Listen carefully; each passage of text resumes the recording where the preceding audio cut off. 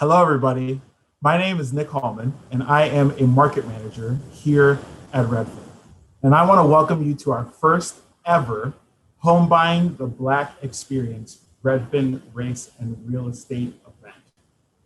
I also want to thank you for coming on this journey with us. Today is not just a webinar, it's an invitation into awareness and action so that we can create the change we want to see in the world. No matter where you find yourself on this journey, I encourage you to lean in and get all you can from these next few moments. You'll be hearing both the factual and the emotional sides of what it really means to be a Black home buyer. We're going to learn about the fundamental gaps in housing that leave Black families at a disadvantage and what Redfin can do right now to close these gaps.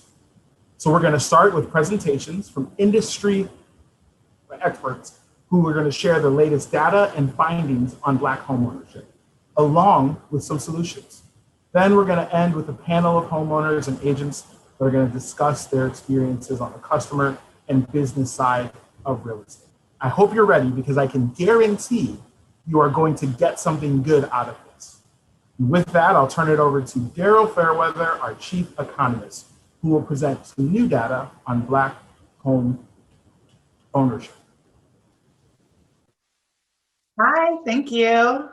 I'm so happy to be here talking to you all. Happy early Juneteenth. I hope everyone gets a chance to celebrate. I think it's so appropriate that we're talking about home ownership on Juneteenth because of how closely tied home ownership is to being free in this country, and it's the American dream. So let's get into it and see how the data differs between Black Americans and white Americans when it comes to achieving that dream. All right, here we go. So this is a graph that represents the white home ownership rate in red and the Black home ownership rate in blue. As you can see, there is a very large gap between the white home ownership rate and the Black home ownership rate. Over the last 30 years or so, the Black home ownership rate hasn't really moved much. It was improving up until the last housing crisis, and then it declined. And it's only been since 2019 that we've seen any improvement recently. But still, the Black home ownership rate remains around 50%, sometimes closer to 40%, whereas the white home ownership rate is closer to 70 or 75%, depending on the year. So a very large gap. Next gap. So I want to talk a bit about the reasons why there is such a large gap and what Black home ownership looks like compared to white home ownership. We did a survey at Redfin of Black people who are homeowners or who have been homeowners and other races as well, white homeowners, Hispanic, Asian. And we looked at some of their responses to some questions we were interested in. The first was just, how much money do you earn? And as you can see, the standard, or at least the financial standard, it seems is much higher for Black Americans compared to white Americans. Black homeowners actually tend to earn more money. They're more likely to earn over $150,000 compared to white homeowners. And my theory for why this is that the standard or what's required to become a Black homeowner is higher just because there are more barriers, especially if you're coming from a community that hasn't historically had access to homeownership. We also asked if your parents or grandparents were homeowners. And this question was really surprising to me.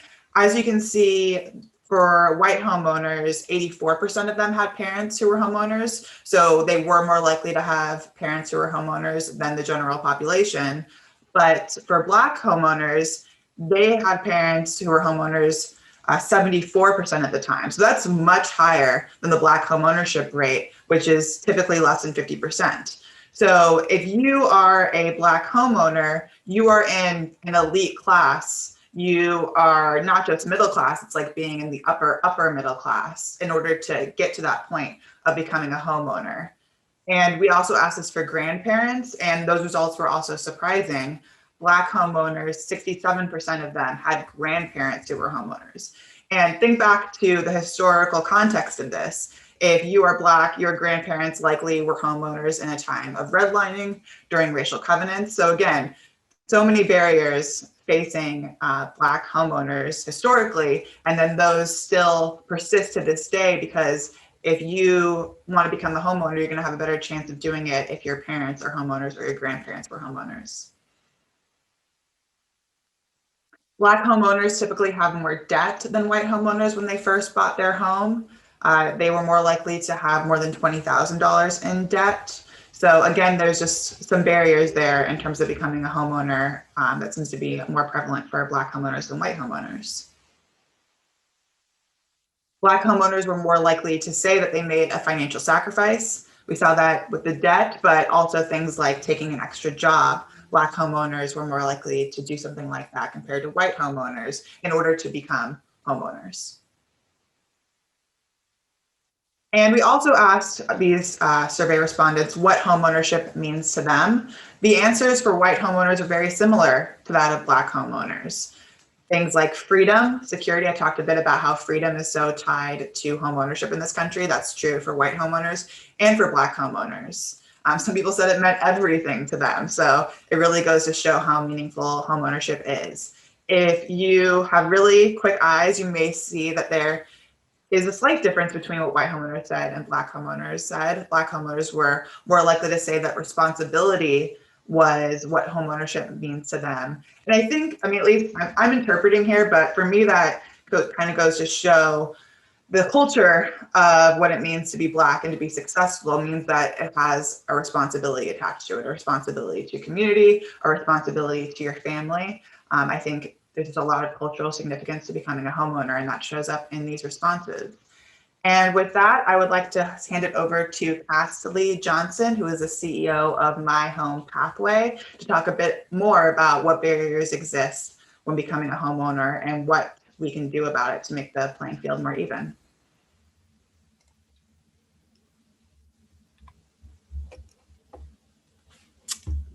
Good afternoon, everyone. One second.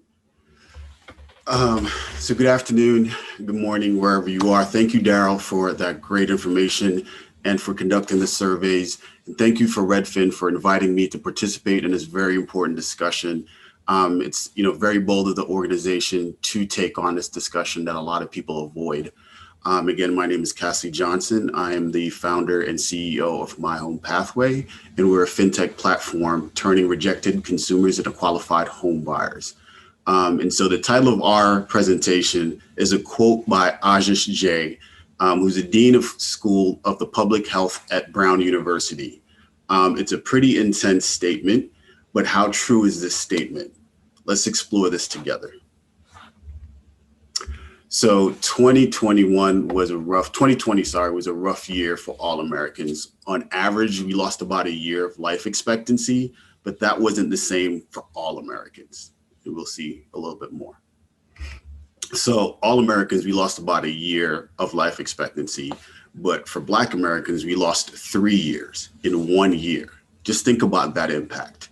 3 years on average of life expectancy, the significant impact of COVID that had on disproportionately minority underserved communities, right? So let's think about that. So now we have a life expectancy gap of about 6 years for Black Americans and the average Americans. So let's kind of just remember that number, 6 years. So what does the life expectancy have to do with real estate? And why should you all in the housing market care about life expectancy, right? As it kind of relates to real estate. And so let's kind of talk about a real world example. So we'll use the city of Chicago. I'm not picking on Chicago. I want to say I lived in Chicago for a few years. It's a great city. That's where I actually bought my first home with Redfin. So shout out Redfin team and the folks that helped me get my first home in Chicago. It's a great city, but it also shows the drastic disparities between communities in the same city, right? And this is representative of a lot of cities across the country. And New York Times did an excellent piece on this, and it chose 2 neighborhoods in Chicago, and we'll talk about those 2 neighborhoods. And so, again, these neighborhoods are only about 8 miles apart. It's a pretty easy bike ride or a nice long jog. But here's an example of that information. So Inglewood is this screen that you'll see prior, and that was just an example of the housing stock that was in Inglewood. And you can look at it and get a pretty fair example of what that housing stock looks like in Inglewood. Next, we get into Streeterville. This is probably what you associate with Chicago. Great architecture, right by Lake Michigan, great place to run, live, work, right? So again, just a tale of two cities. Now we go and look at them side by side. Representative of Streeterville, representative of Inglewood. And so now let's look at the racial gap or the racial makeup of these two cities, two neighborhoods, right? And we'll look at the life expectancy differences. Remember I said that 6-year thing before? Streeterville, 90 years on average life expectancy, Inglewood, 30 years, right? 8 miles apart, the same city. And you can see the significant differences of life expectancy, right? And you're kind of wondering like, okay, now we get into, again, the numbers of just being in Streeterville versus Inglewood. And then we get into kind of the household income. So what exactly is also affecting that? You look at the household income and the drastic differences between, Inglewood and Streeterville. Inglewood has about 20% of the income of Streeterville, right? And this actually helps to multiply the effect of inequality, right? Access. If you don't earn enough, you're not going to be able to get access to wealth building assets, right? So that's, again, now we're compiling or, adding more complexity to an already, significant issue. So again, what does that mean? Now we're looking at, the life expectancy, now we're looking at median house value and how vastly disproportionate those are, right? And it, again, impacts where you live and not just how much you make, but all of that comes down to your net worth, right? So we talk about, again, in terms of while race affects health outcomes regardless of education, it most closely correlates with race, right? So health is directly correlated to what a community has to offer. And what community has to offer matters to where you live, right? We've all heard, some of us have heard the term health deserts, where there's not enough healthcare facilities, doctors, nurses, that impact the quality of care you get, right? That also, again, impacts your life expectancy. So all of these things, where you live, how much taxes you pay, having access to quality education, to quality healthcare, all of that matters, right? So again, in better to do communities, you have better schools, better transportation, more parks, cleaner water, more amenities, more whole foods, better access to healthier foods. That also impacts your life expectancy, right? So again, where you live has this really significant impact. And obviously poor communities don't have the same access as other communities do. So we really want to, again, think about that and the impact that it has on underserved communities. And so again, where do we go from here, right? And so how do we get here? We got here from obviously redlining, predatory lending, unfair appraisal and lending and underwriting practices. Again, we got rid of redlining in 1968. We had 43-ish% homeownership, Black homeownership then. 2019, we had about 42%. We literally made no progress over that time frame. Right, financial literacy has been a missing impact for a lot of underserved communities for the last 60 to 70 years, and that has also made the outcomes worse. Right, so I'm not going to get into too much more details. I only have 10 minutes. So again, I want to kind of now spend a little bit more time of what can we do about it? What can we do from here? Right. So again, for us, the number one thing is financial education is critical. We have to help the underserved communities and other communities that have been left out, Black and brown communities, to understand personal finance. What you don't know can hurt you in the realm of personal finance, right? So we have to teach and expand financial knowledge throughout these communities, right? So they can learn the game of personal finance.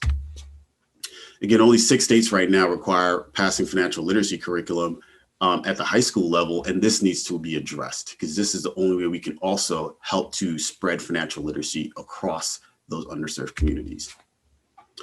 And again, we got to streamline the home buying process with technology, right? Yes, it's a complex process, but there's many aspects of the home buying process that can be automated. How do we actually automate those processes and make the process for home buying less arduous and cumbersome and not keeping out first-time home buyers? right? The Urban League cites that this is one of the key ways to open up access to everyone, regardless of race, right? So we do want to make sure that we're making these processes better. And then again, from now, we're looking at the average time to buy a home, 4.5 months. There are too many inefficiencies in the process that can be streamlined, hopefully get us down to somewhere near 30 days for home buying timelines. Again, we want to create pathways for underserved communities. This is kind of a no-brainer, right? Right now, we blindly kind of judge applicants based on credit scores, debt to income, down payment, right? What if we added other pieces, rent reporting, utility payments as a automatic, right? So now you'd give people credit for the things that they're doing appropriately, right? So again, helping folks improve their risk profiles and helping them also improving their financial decision-making with that financial guidance and literacy I talked about earlier. And let's not forget about down payment assistance, especially for a lot of first-time home buyers, and to get over the myth of 20% down, which again, a lot of first-time home buyers think that's the case. And right now we have about 2 million mortgage applications that are rejected every year. Again, and there's so many more potential homeowners, especially from underserved communities, that don't even bother to apply because they've heard of all the rejection stories and the very arduous process. And again, the unfair practices that have kept out a lot of qualified, as Daryl was saying, you have to be Superman in the Black community to get a regular home, right? And so we're going to talk about it. Again, I won't go into this in great detail. Brian is going to cover this, but policy is a very important one as well. And again, enhancing our zoning policies can expand our affordable housing supply and make the homeownership dream a lot more real for underserved communities. And again, minimize bias and eliminating bias in our existing systems. I'm glad that Redfin is having this event. We want to really talk about these things and bring them up to the forefront. And today, this is where we have, you guys are having a real impact and a real ability to enhance and minimize bias and change. And I think we all can do that in the industry. And so here we'll talk about, again, that appraisals are a tough one. Values today are appraised on broken systems and unfair valuations from decades ago. So if you stacked bad biased data from 40, 50 years ago, that's kind of overlapped over the last 20, 30, 40 years, you're never going to get a fair comparison. And so you see now we have reports of entire neighborhoods being valued across America at 23 to 25% less than where they should be. And again, that's about $160 billion of undervalued property. And so these reports are coming up a lot more across the country. And so we need to highlight that this needs some significant change. Technology is great, but we can't solely rely on technology to get us out of this.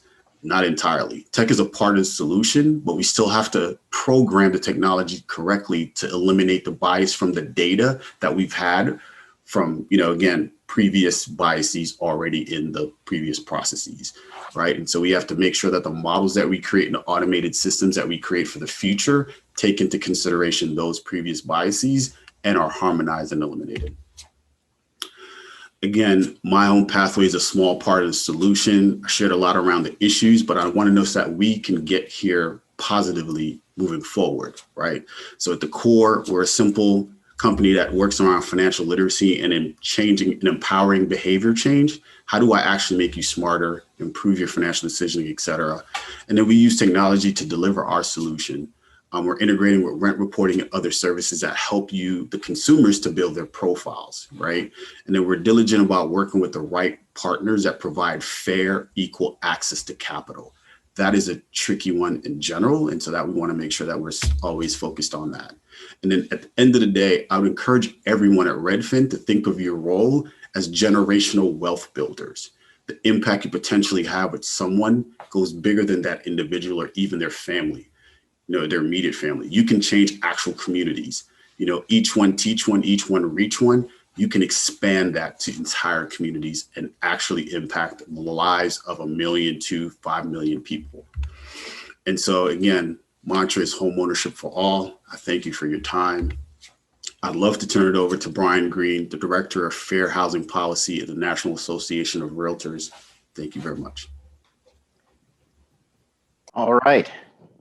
Well, thank you, Cassidy, and great to be with you all to talk about what it takes to become a homeowner today. And I am going to talk a little bit about what we've discovered from a study that we've done at the National Association of Realtors.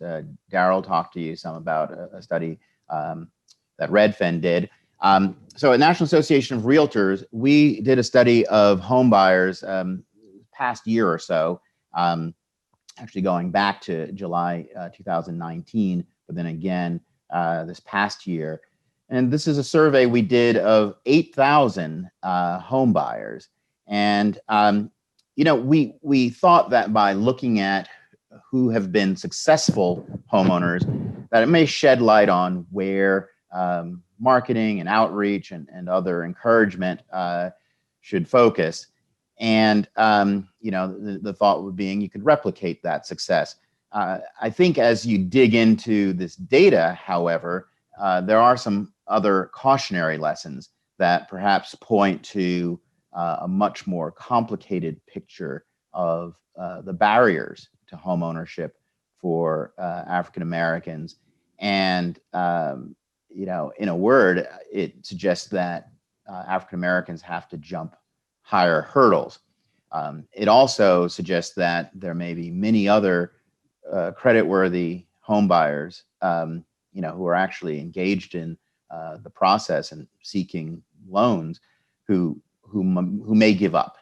At the end of this, I'll talk a little bit about, you know, some of the other concerns with the home search that these slides may not go into because we're looking at the successful home buyers. So just looking at you know, who is successful, we see that if we just look at the most recent data, that white Americans, about 84% of them constituted successful home buyers versus 5% of African Americans.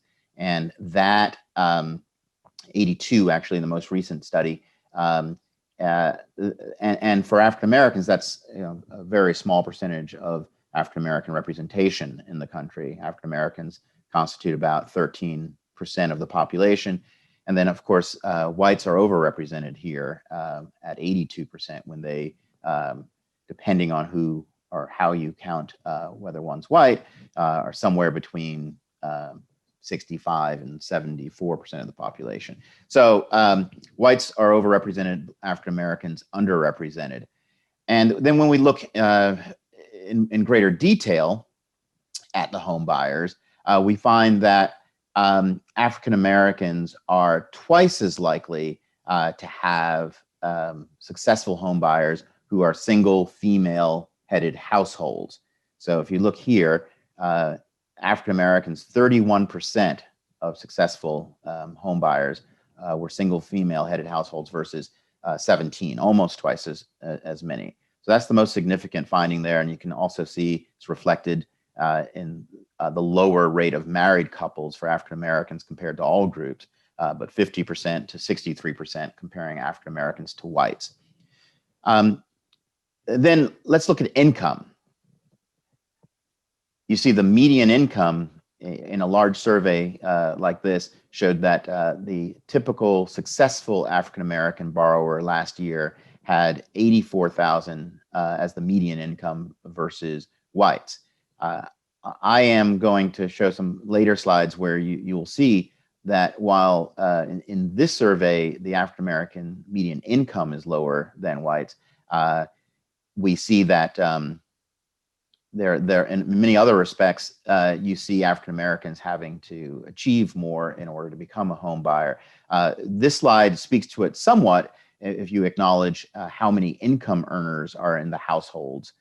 You see with African Americans, the successful households have a higher percentage of one income earner in the household, 41% compared to 36%, and you see fewer two income earning households. So that's actually placing quite a stress on one homeowner to carry this burden. Whites also, when it comes to ability to make a down payment, because of a history of home ownership, were more likely this past year to represent persons who were selling a home in order to use and could use the proceeds then to purchase a new home. In fact, more than twice as many whites were able to rely on proceeds from the sale of a primary residence than African Americans, 37% to 17%. And then another distressing finding here is that African Americans are 3 times as likely to dip into their 401k and pension funds in order to find the money to make this important purchase. In other respects, African Americans and whites are pretty comparable. Let me just say, it would be also fascinating to discuss Asian American households, because if you're seeing some of the data here, and there's some interesting findings here with respect to Asian American households that sometimes parallels the challenges of African Americans, and then sometimes demonstrate some of the benefits that whites have enjoyed. But even with Asian American households, you find that there's less reliance on sale of primary residences, and then some other correspondences with African Americans. And then I think this is really interesting here, and it reflects a little bit what we see on the former slide, but just more directly. 31% of African Americans have owned a home previously versus 54% of whites. And so this is looking, writ large at the country. And that's because, just a much lower percentage of African Americans have enjoyed home ownership historically. I think it would be really interesting to look at this study alongside the Redfin study, because I think this study also probably is weighted towards, African Americans who are more more successful economically, and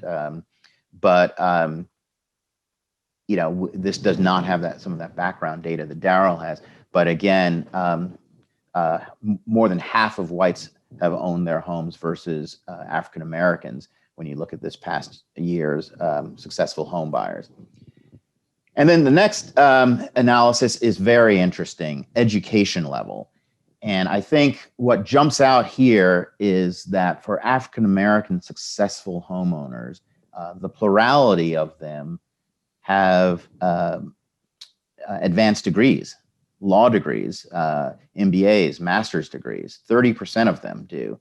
And look at how that compares with whites. Only 24% of whites who bought homes have those advanced degrees. The plurality for whites instead is a bachelor's degree. So, if you were to look at the typical successful borrower for African Americans, it's tilted to more multiple degreed persons.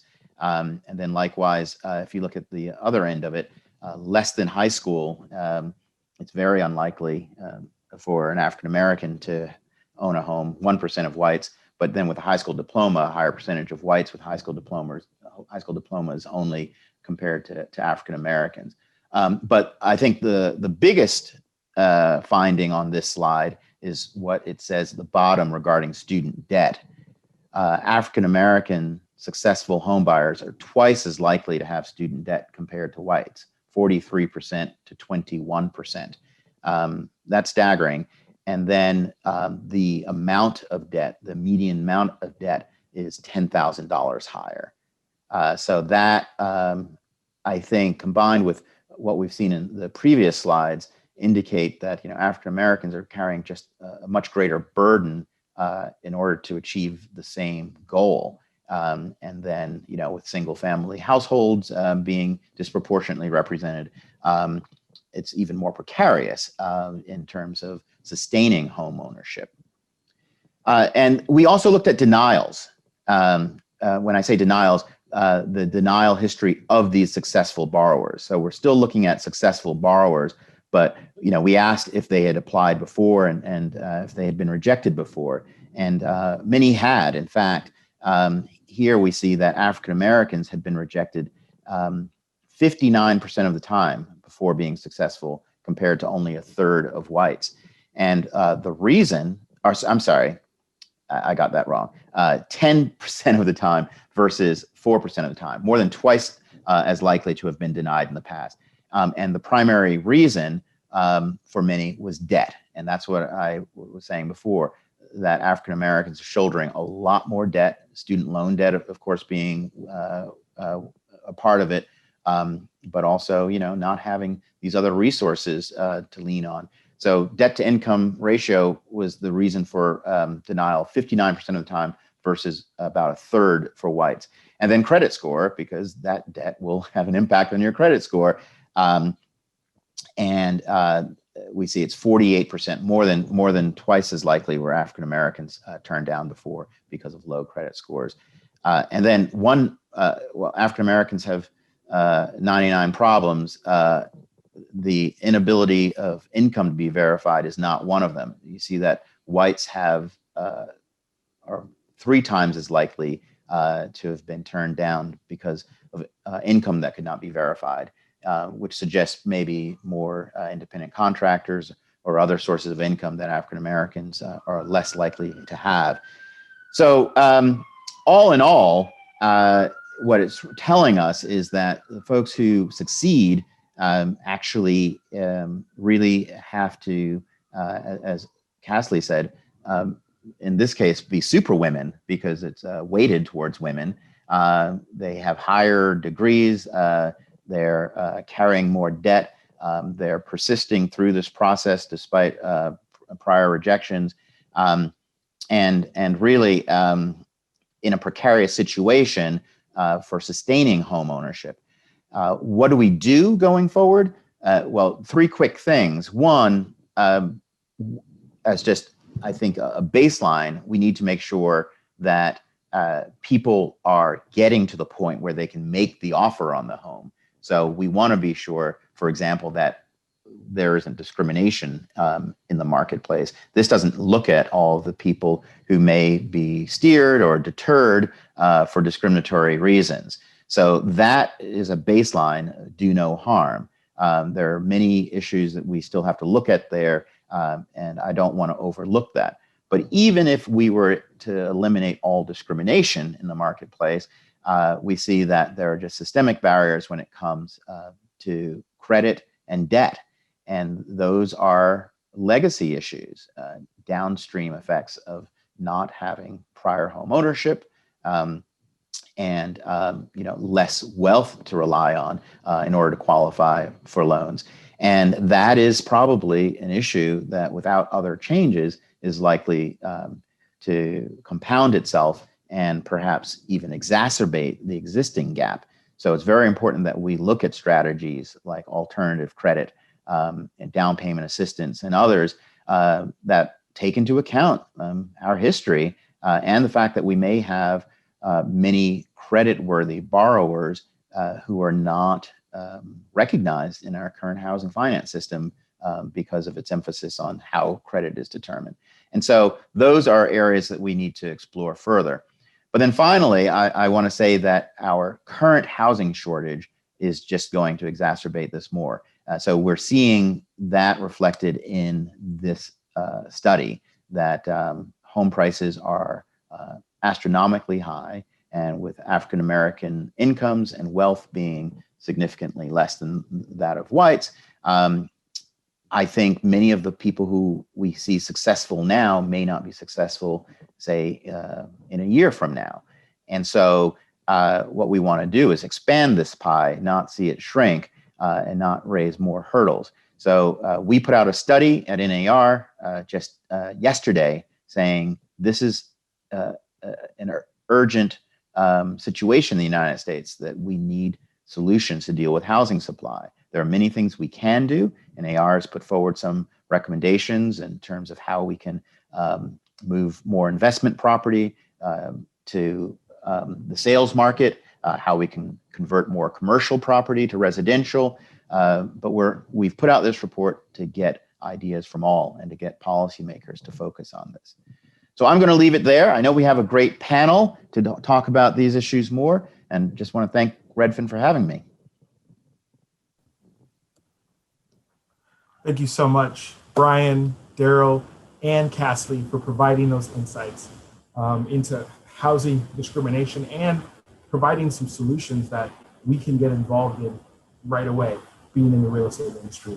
I want to head over to that panel that you mentioned. We've heard the numbers. Now we're going to hear from some names about the impact that those numbers have upon them. So I'm going to turn it over to the panel right now. They're going to introduce themselves.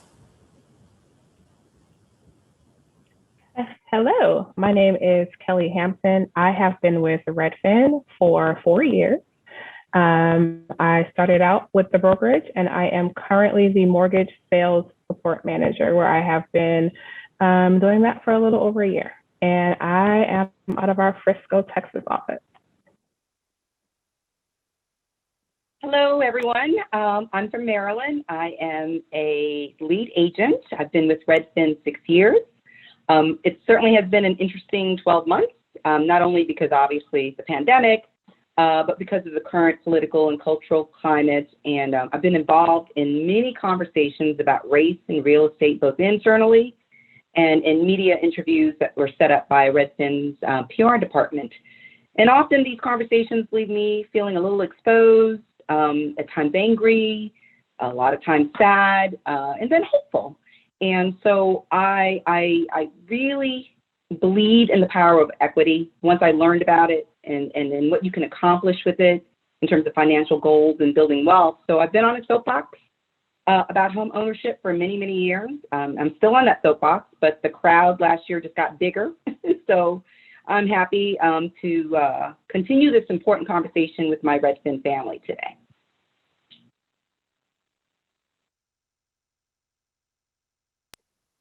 Good afternoon, everyone. My name is Brandon Avery.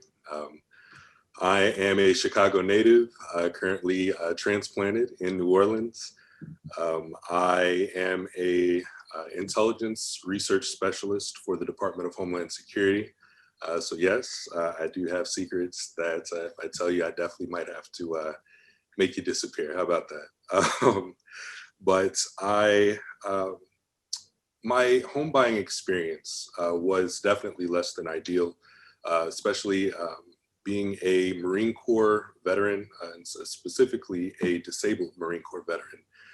One would think that my experience may not have had as many obstacles as it did, but I will say that during the year of 2019, I put an offer on about 7 different houses and wound up having to pay about 18 different inspections, only to be redlined out of the district that I really loved and had been able to rent from, but was denied home ownership. And so during my time in New Orleans, I was living in Algiers Point, which in New Orleans is a very affluent and almost exclusively white neighborhood. And during that time, I experienced a lot of setbacks in trying to purchase a home that I was able to rent in, but not buy. I was steered away from more desirable properties, and a lot of the properties I was shown had structural damage, foundation issues, and were otherwise essentially money pits. Whereas the further outside of Algiers Point, maybe the more diverse the neighborhoods became. So Algiers Point is essentially a very well observable redlined area where you have one street that separates essentially the all-white neighborhood of Algiers Point from Old Algiers, which is a predominantly African-American neighborhood. And there's like the graphic that showed the disparities between Inglewood and I believe Streeterville, is a stark difference in neighborhoods. And so essentially one of the more glaring incidents that I experienced was driving up to a house that had an open house. And as I pulled up, I saw a white couple coming down from the steps, being shown the property and talking to the property owner, and actually speaking with my agent that I had been using at the time. And when I walked up and identified myself after the white couple had left, I was informed essentially by the owner that he had failed to alert all of the tenants that he was having an open house, even though it was openly publicized on Zillow and Redfin. And when I essentially came to see it, I was told that he wouldn't be able to show it to me for those reasons. And so that was just a minute example of one of the many experiences I had to endure as a Black man trying to purchase a home in a non-minority friendly neighborhood. So I appreciate you all having me. I look forward to sharing more with you. Excellent. And I'm Thomas Loving. I'm actually also a transplant in Houston, Texas from Chicago, Illinois. I also served in the United States military, United States Army, even though Brandon was repping the United States Marine Corps there. And I've had a unique experience as well. So as we kind of went through those charts previously and we got the opportunity to view it, it was very interesting to see that I wasn't alone, which is the way you absolutely feel when you're kind of going through trying to purchase a home and you're confused because you're well educated. You've done everything that you were told you needed to do in order to be successful, even to the point of when we started talking about those numbers of the average household income being $150,000.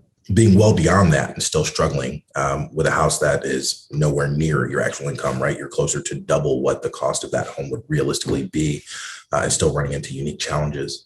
But I look forward to having the opportunity to answer and address some of the questions you guys have and share my story. All right, I'm going to go ahead and jump into these questions because y'all have a lot of great stuff to say. So out of everything that was presented just now from our industry experts, what struck you as the most important point that Redfin employees, but honestly just folks in general, need to understand about what it's like for a Black home buyer? What really stuck out to me is that the numbers really show, right? Numbers don't lie, right? So the numbers show that no matter how far we've come, it's 2021. And even if we do everything right, we get the degrees, we make the money, you know, we do all the things you're supposed to do, sometimes it's still not enough. And I think that that is something that, you know, people of other backgrounds may not understand, right? They look at it and say, well, you know, I did it, they can do it too. You know, she's got her degree, you know, if I can buy a house, she can buy a house. We make the same amount of money, we do the same things. And the fact of the matter is that's simply not true. It's 2021 and we're still battling redlining and steering and just flat out racism when it comes to Black people and home ownership. And so I think that that's something that I really want people to understand, like just because we are successful and, you know, we've made it to a certain point, that just doesn't make the process any easier for us. For me, I think the quote, "Your zip code is your destiny," really struck me. You know, home values, the quality of the schools, the exposure to opportunity, all of that is tied to your zip code, where you live. For myself, I built a house. The same builder built this house. I live in Prince George's County in Maryland. The same builder built the same house in Montgomery County for $150,000 more. And I, ever since the financial meltdown, I've been too heartbroken to look to see what the value of that home in Montgomery County versus the value of my home in Prince George's County, because I trust and believe that when 2008 occurred, Prince George's County was devastated in terms of home values. And, you know, just the quality of the schools. I have to send my kids to private school, still here in the county, but some of my friends, they do a 2-hour round trip, more than 2 hours round trip to send their kids to school in places like Rockville and Bethesda, to, you know, pretty expensive schools. So when you have to spend money on housing, plus spend a lot of money on educating your children, the ability to use that money to build wealth and do other things, important things, you don't have that available to you because you have to spend money on education, because that's a very important thing. So, you know, it feels like an unsolvable problem, but I believe in my heart that if we were all able to globally respond to a global pandemic, albeit sometimes very clumsily, there should be a solution to the problems that we have been faced with for centuries at this point. And I'm hopeful that if we can get a larger portion of the population to prioritize these things, that these conversations will become more productive and things will start to happen finally. So yeah, I think the zip code is your destiny is something I'm going to put on my vision board because I want to be reminded of that, when I'm helping our clients to buy homes. Yeah, I completely agree. That is a very powerful statement. Brandon and Thomas, there's a lot of information in these presentations, and there's a lot of bleak statistics. But you both own homes, you have successful careers, and I'd imagine it would be easy for many people to assume that home buying was easy for you. And maybe the two of you are an example that there's no such thing as systemic racism, and it's not built into certain laws and systems, and racism is over because the two of you were able to make it. What would you say to those assumptions? I appreciate that question. I personally would say that those assumptions almost directly contribute to Black death and the trauma that African Americans and minorities experience. I told you I was redlined out of a community that was predominantly white. That makes it easier for maybe some individuals, some of the white members in that community say they take upon themselves vigilante action when they see someone who doesn't fit the demographic that they see and perceive for their community. When I was living in that area and I was renting, if I pulled up to my house with bags of food for my wife and I was asked by some people who were just walking through the neighborhood, "Oh, I didn't know Uber Eats delivered here," and I'm just trying to feed my family. Additionally, those assumptions directly contribute to some of the traumatic experiences that we also experience, where the individual who I was trying to purchase a home from in Old Algiers, when I got redlined out of Algiers Point, the home I was trying to purchase appraised with the VA for $50,000 less than what he was asking. And instead of just saying, okay, I'll go with that number, he then asked my agent that I was working with at the time if I'd be willing to pay $15,000 cash under the table to help make up the difference.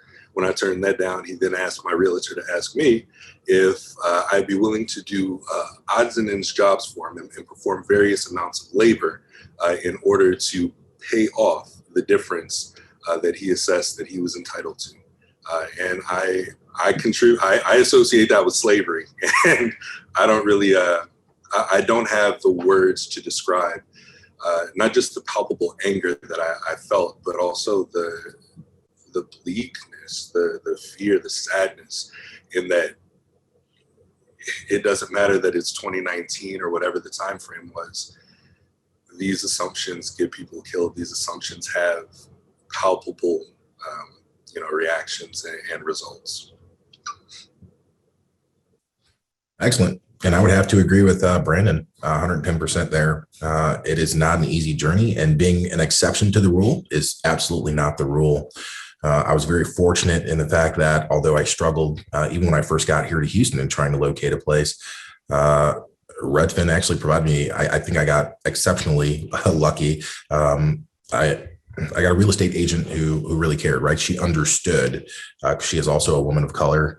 I shouldn't say also a woman of color, but she is a woman of color because I'm not a woman. But she understood exactly what I was going to go through. And she really kind of navigated that process for me heavily, although I didn't end up where I wanted to be. She definitely kind of set the expectation of looking at a starter home.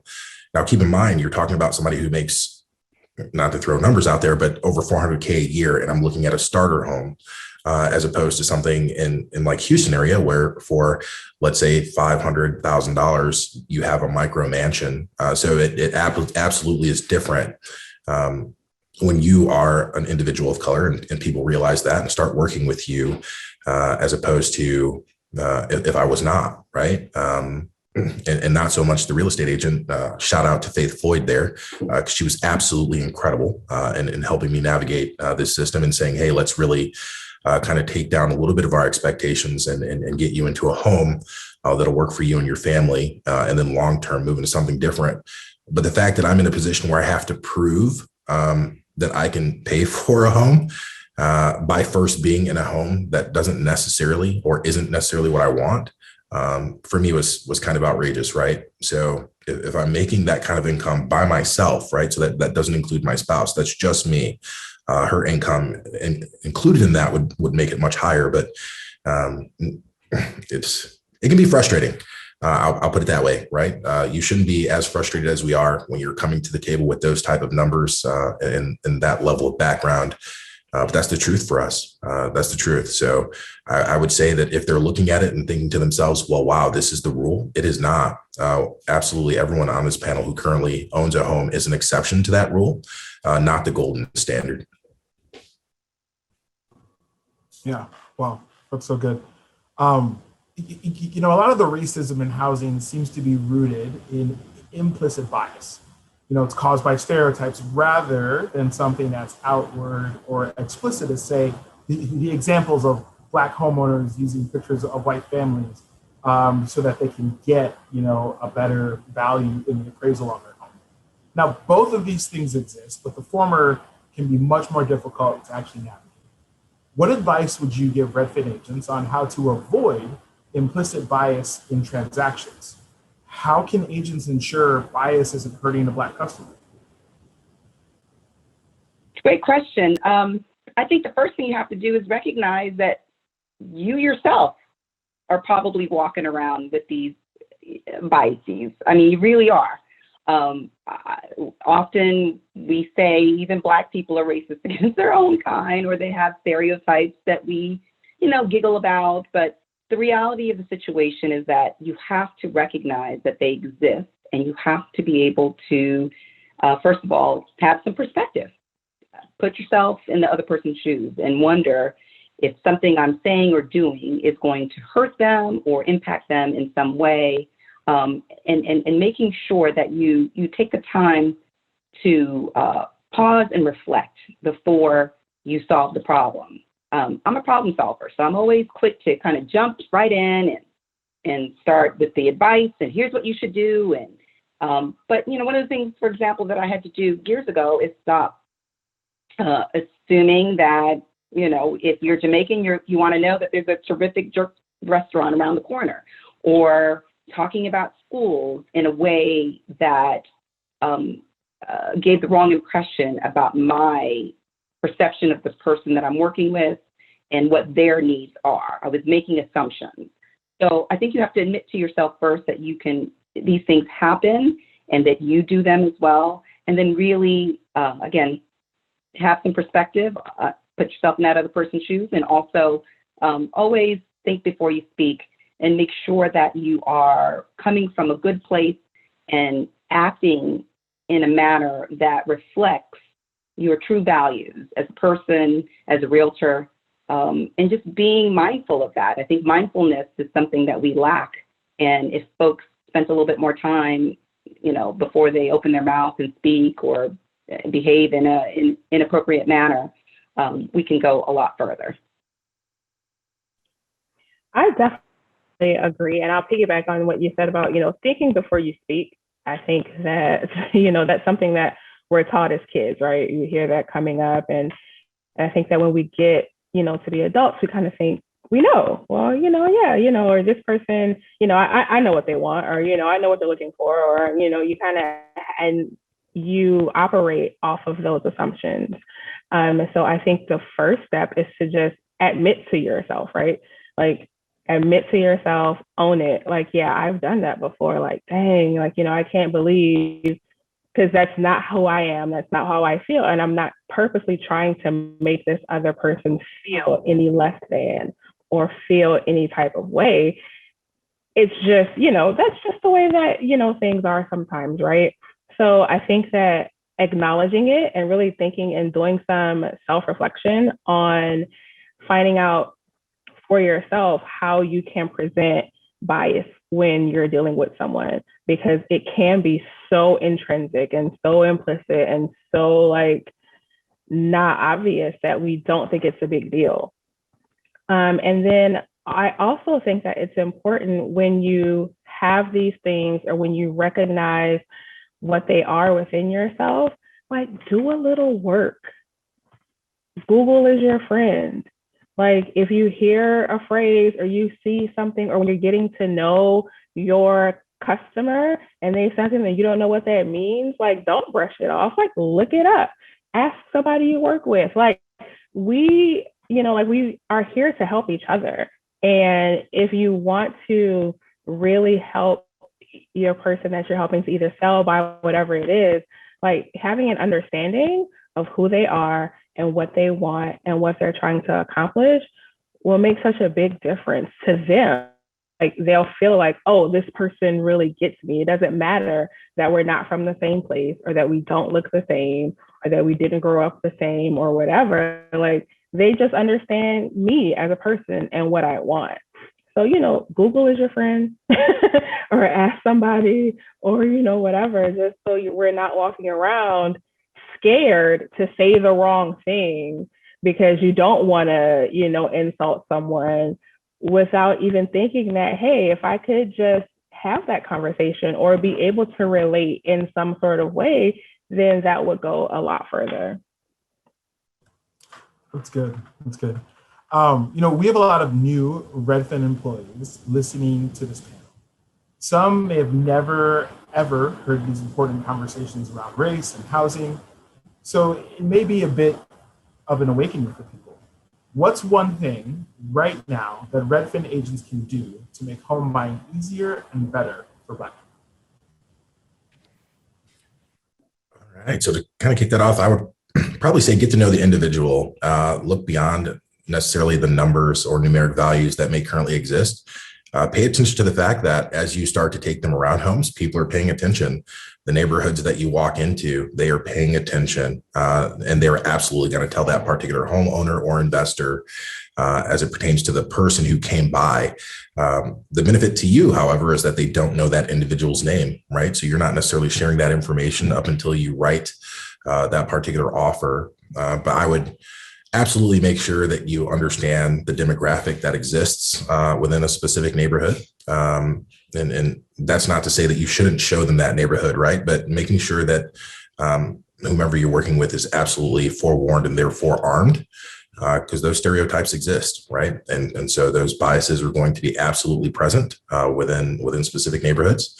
And education goes a long way, because I think specifically even for me, if they're relocating or looking at a new area, they may have no idea what that demographic realistically looks like. They've just heard about the incredible school systems, and perhaps they've driven to a restaurant that exists in the area.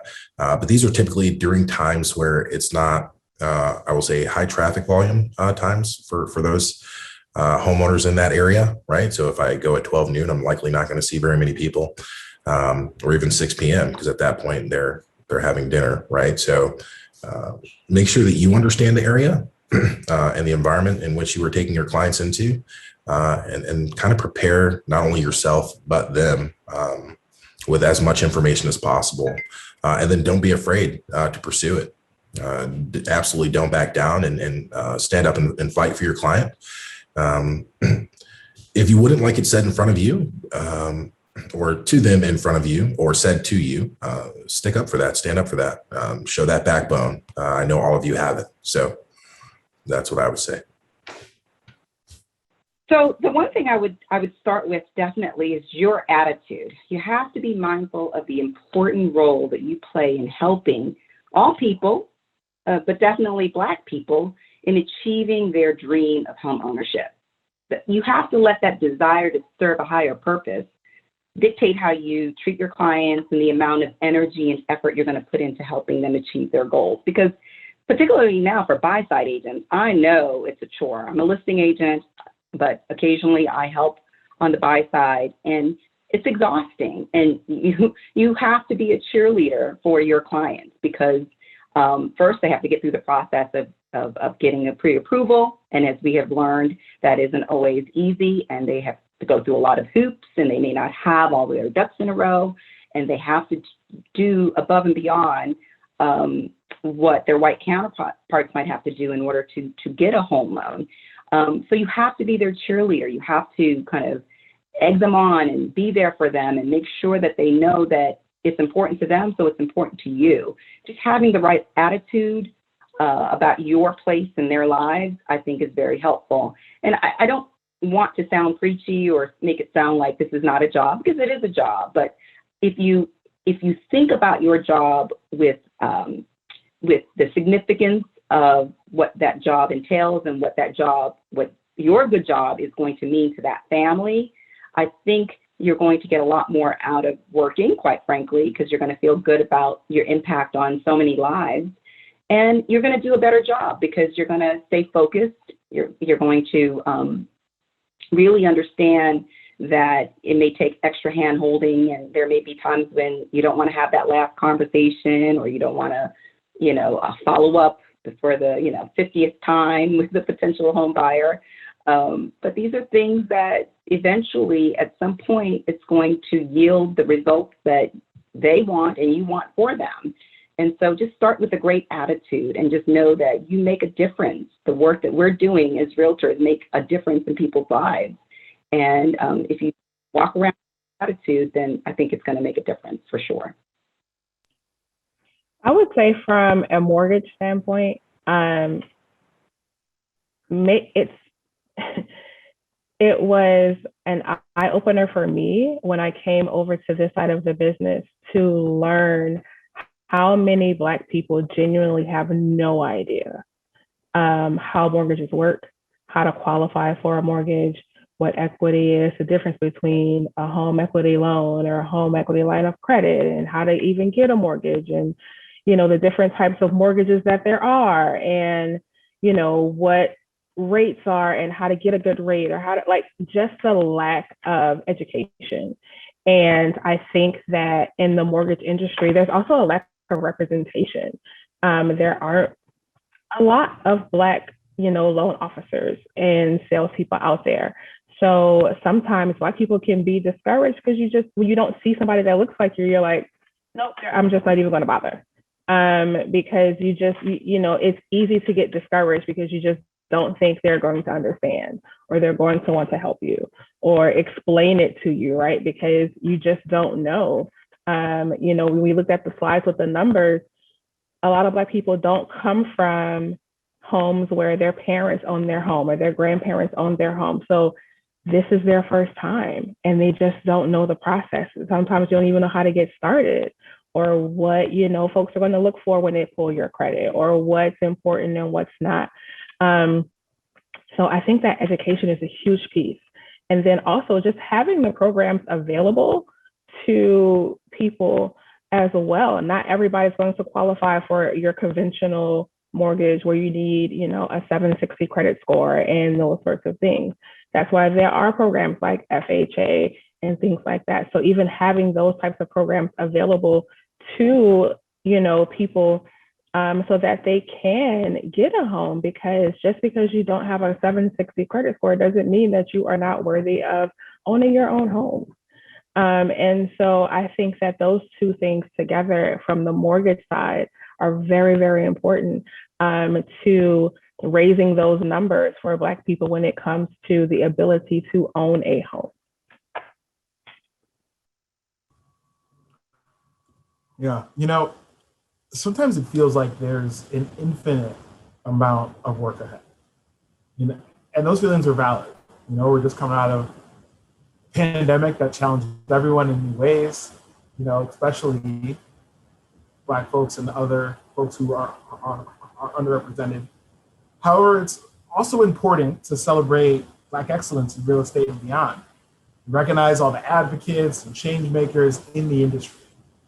What's one thing you've seen, read, heard, or experienced lately that's giving you hope for the future generations of Black homeowners?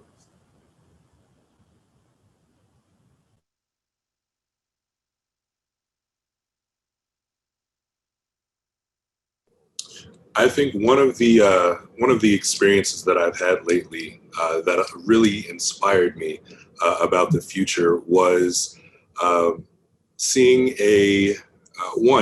having this symposium. I think that Redfin's investments in educating their realtors about the Black home buying experience shows not just an investment in their realtors, but also a dedication to trying to work on and improve their ability to service members of the Black community and members of the BIPOC community at large.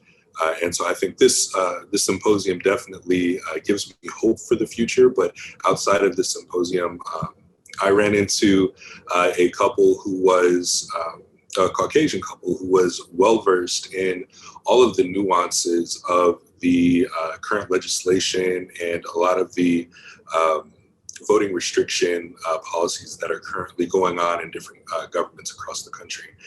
And being able to speak to someone who at first thought, at first glance, I would have thought maybe portrayed someone who wouldn't have been as passionate or as well-versed and knowledgeable about the impacts, negative impacts to the Black and Brown communities that a lot of these legislations have, and the further impacts that they will have down the line that will possibly restrict voting access, then of course access to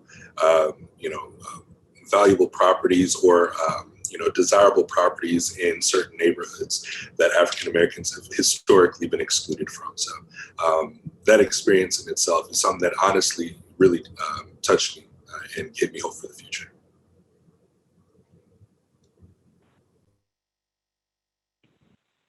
Well, I'll go next. I'd like to say I benefited from being represented by an amazing agent years ago. Shout out to Ethan Carson in DC, although he's not a Redfin agent. And when I bought my first home, he gave me great advice. He enrolled me in a program. I wasn't really sure what the program was, but it saved me about $10,000 in down payment and closing costs. And I was able to buy a home for $140,000, and I sold it years later for $575,000. So again, wealth building opportunity because of a great agent. And his example of what an advocate agent looks like impacted me greatly. So fast forward 24 years later, about 4 years ago, I recently spoke to a buyer who I helped 4 years ago. They were going to buy a home that they were renting, and the basement was moldy, and they met me at a Redfin seminar, and I put them in touch with a great lender. Shout out to great lenders out there and loan officers. And they learned that they could buy a much nicer home. And they did, and they love their home, and they have been very happy and have been referring business to me ever since. But he just called me a few weeks ago because he wants me to help his 20-year-old son buy his first home. And that just really warms my heart, knowing that, this family is relying on me to help them in such an important transaction in their life, and that I'm a big part of, the success that I shouldn't say big part, but I'm a small part of the success that they're enjoying. And I really look forward to helping this young man buy his first home. And he's already doing all the things that I've asked him to do. So we're on that journey together. And I just wanted to kind of share that small but very important little piece of hope with the rest of you guys. For me, I think it's conversations like this one. I've been with Redfin for 4 years, and Redfin has always been a company, it's part of our culture, right, of, having the tough conversations and not being afraid to tackle tough topics. And so the fact that we're all sitting here and, Redfinians across the country are tuned in right now and really listening and learning, and hopefully going to take some information here that they can use in the field with their customers, whether it be Title Forward, Redfin Mortgage, Redfin the brokerage, or even just with each other. And, when we work together, if we see, whenever we're back at the office, I think that this gives me hope. The fact that this is a priority for this company, because I think that we can get so bogged down with the numbers and, the day-to-day of what it is that we do, that it's very easy to forget that we are helping people change their lives sometimes. for some folks, yeah, it's, my third, fourth, fifth home, whatever. It's not as big of a deal. But for some people, like some folks, it's the first person in their entire family to ever own a home. Or, you have people who have come from being homeless who are now homeowners. Like, we really help people make a difference in their lives, in their kids' lives, and their families' lives. And that's so important. And so that's why I truly, think that conversations like this one that are going to help us do that and do it even better and reach more people and have an even greater impact are so important. And these are the types of things that give me hope for the future. Wow. I really, really appreciate all of you on this panel, your honesty, your vulnerability. It was absolutely incredible. Thank you so much.